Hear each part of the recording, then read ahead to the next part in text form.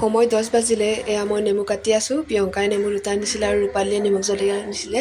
সেইবিলাক খাই চবেই বিলাই মানে শুই উঠি আকৌ বিশ্বনাথ চাৰিআলি ৰখাৰ কাৰণে তালৈ নামিলোঁ ভাত খাবলৈ। এয়া হোটেলত সোমাই গৈছোঁ, মানে মাথাটো এনেকুৱা টিঙাইছে যে আপোনালোকক ক'ব পৰা নাই। তাৰপাছতে আমি ভাত খাবলৈ টেবুলত বহিলোঁ। অলপ পাছতে ভাত আহি পালে। ভাত সুদা ভাত কাৰণে কিবা হৈছিলে, কিন্তু তথাপি সুদা ভাতকে খাম বুলি ভাবিলোঁ। আকৌ অলপ পাছতেই মাংস আহি পালে। সেইকাৰণে মাংস মানে খাবলৈ মন যোৱা নাছিলে, মানে চবৰে মুখখন যিহেতু বেয়া হৈ আছিলে। তথাপি দুপিচ খালোঁ। দুপিচ খাই আকৌ বাছত উঠিলোঁ। শুই উঠাৰ পাছতেই আমাৰ পাগলামি ষ্টাৰ্ট হ'ল আৰু, কাৰণ টোপনি যোৱাই নাছিলে। ৰাতি মানে কি উঠাৰ কাৰণে ভাল লগা নাছিলে। সেইকাৰণে চবেই নাচ গান কৰাত লাগিলোঁ।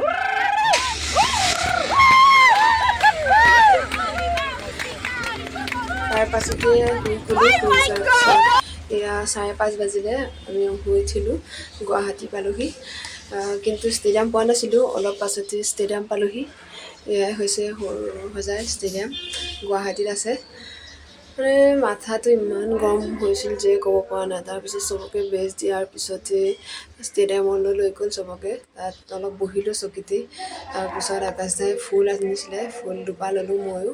লোৱাৰ পিছতে ব্ৰাছ কৰিব বাথৰুমলৈ গুচি গ'লোঁ চবেই। তাৰপিছত ব্ৰেকফাষ্ট কৰিব গ'লোঁ নাইন পাতি।